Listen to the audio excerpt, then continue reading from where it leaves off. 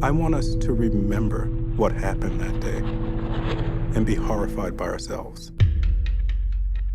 New York in the late 1980s was a completely schizophrenic, divided city. New York's now the capital of racial violence. If I had more bullets, I would have shot them all again and again. Criminality, gang wars, drug wars. We were supposed to be afraid. It would have been irrational not to be afraid. Off with the camera, man! Last night, a woman jogger was found unconscious and partially clothed in Central Park. She was beaten and sexually assaulted. A woman jogging in Central Park. Central Park was holy. It was the crime of the century.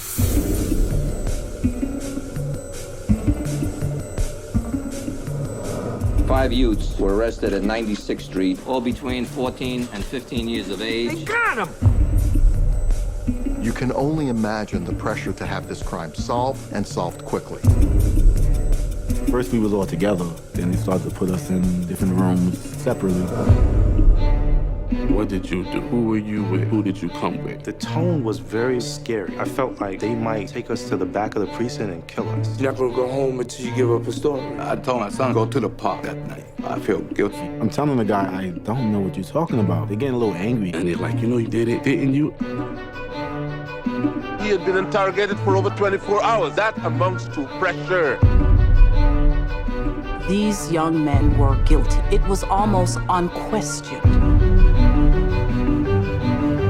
The police controlled the story. They created the story. They seized on the fears of the people, wilding the bestial characterization of the black man. There's no DNA match whatsoever to any of these boys. I was going nuts. No blood on the kids. Nobody could identify them, but if they confessed, and that was that.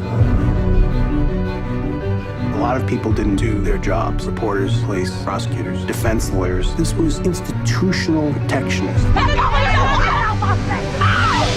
We falsely convicted them, and we walked away from our crime. This is the ultimate siren that says none of us is safe.